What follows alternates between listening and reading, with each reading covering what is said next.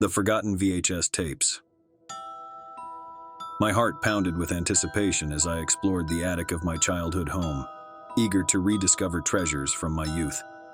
It had been years since I'd set foot in this dusty, forgotten space, and it felt like a journey back in time. I stumbled upon a long-forgotten box tucked away in a corner, buried under layers of disheveled memories. It was a box of VHS tapes, a relic from a bygone era.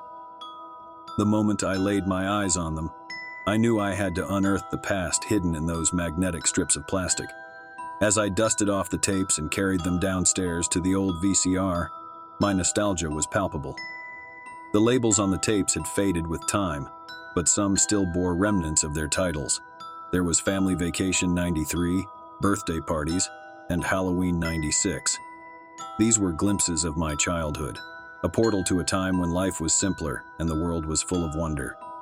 I started with Family Vacation '93, and as the tape began to play, I watched with a sense of longing as my family enjoyed sun-drenched days at the beach and explored charming little towns.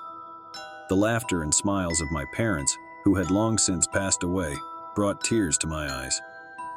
The memories were bittersweet, a reminder of a time when life had been filled with innocence and happiness. The next tape was labeled Birthday Parties. I marveled at the sight of my young friends, their faces illuminated by the glow of birthday candles. We played games, tore open presents, and shared in the joy of growing up together. But as I watched, I couldn't help but notice something odd. In the background of each party, there was a shadowy figure, barely visible, lurking in the corner of the room. It seemed to be watching, always watching. Unease settled in my gut as I progressed to Halloween '96. The tape showcased the fun of trick-or-treating, the vibrant costumes, and the spooky decorations. But there was something about the footage that sent a chill down my spine. In each frame, the shadowy figure from the previous tape made an appearance. It was no longer a mere coincidence. It seemed to grow more distinct, more malevolent, as if it were coming to life. The tapes that followed were no different. The shadowy figure became increasingly prominent in every recording. I felt as though it were reaching out to me, a sinister presence that was haunting me through the screen. I couldn't shake the feeling that it knew I was watching, that it wanted something from me.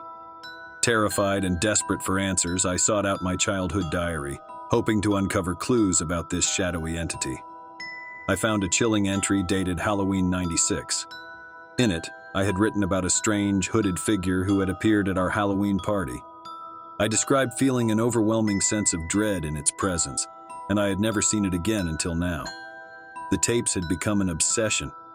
I couldn't stop watching, unraveling the mystery of the shadowy figure who seemed to be growing stronger with every viewing. It felt as though it was slowly crossing the boundary between the past and the present, seeping into my reality.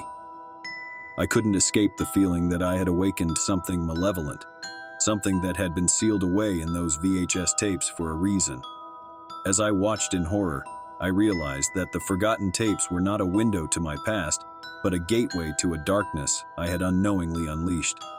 The shadowy figure's appearances in the tapes became more chilling with each viewing. It seemed to move, to gesture, to beckon me closer. Its eyes, though mostly obscured beneath the hood, felt like they were locked onto my very soul. Sleepless nights followed, as I found myself increasingly obsessed with the mystery. I couldn't help but wonder if the figure from the tapes was real, or just a manifestation of my own fear and guilt. It had been more than a decade since that fateful Halloween night, and I couldn't shake the feeling that there was something I had forgotten, something buried deep within my memories. As my obsession grew, I began researching the history of our old house. To my shock, I discovered that the previous owner, a reclusive woman named Abigail, had died under mysterious circumstances shortly after selling the property. Rumors circulated that she had been involved in occult practices and that the house was haunted. One evening, while examining an old family photo album, I stumbled upon a picture taken on that same Halloween night in 1996. I saw myself in my clown costume, surrounded by friends and family. But there, in the background, was the figure, clearer than ever. It was no longer a shadow, but a hooded, robed figure with unnaturally long fingers and a sinister, grinning mask. My heart raced, and I remembered. I remembered the fear, the unease, the strange occurrences. I had thought it was just a childhood fantasy, but the truth was undeniable. The figure had been there, in the flesh, on that fateful night. With trembling hands, I returned to the attic, determined to find something that could explain the origin of this malevolent presence. There, buried beneath a stack of old newspapers, I discovered a dusty, leather-bound book, Abigail's Diary. As I opened the diary, I read about Abigail's experiments with the occult, her obsession with dark rituals, and her desperate attempts to make contact with a malevolent entity she believed could grant her power and immortality. It was then that I realized the horrifying truth. The figure from the tapes was the very entity Abigail had sought to invoke. The more I read, the more I understood. Abigail's rituals had succeeded in summoning the malevolent entity, but she had been unable to control it. The figure had tormented her, and it was responsible for her mysterious death.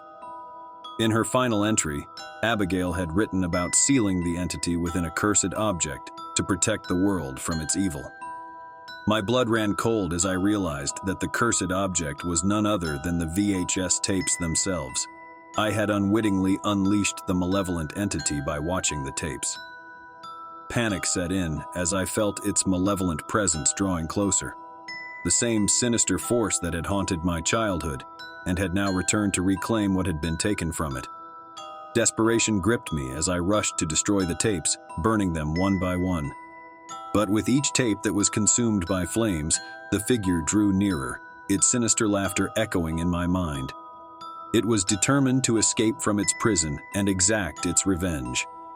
The last tape burned, and as the final embers flickered out, the room fell silent. The malevolent entity had been vanquished once again, sealed away within the ashes of the tapes. But I knew it was not truly gone. It lingered in the corners of my mind, a haunting reminder of the darkness I had unwittingly unleashed. As I left the attic, I couldn't help but wonder if the malevolent entity was truly gone, or if it would find another way to return. The past had come back to haunt me, and I couldn't escape the chilling realization that some secrets were never meant to be unearthed. The Forgotten VHS tapes had held a darkness that I had released, and I could only hope that it was now sealed away for good, hidden once more in the depths of time.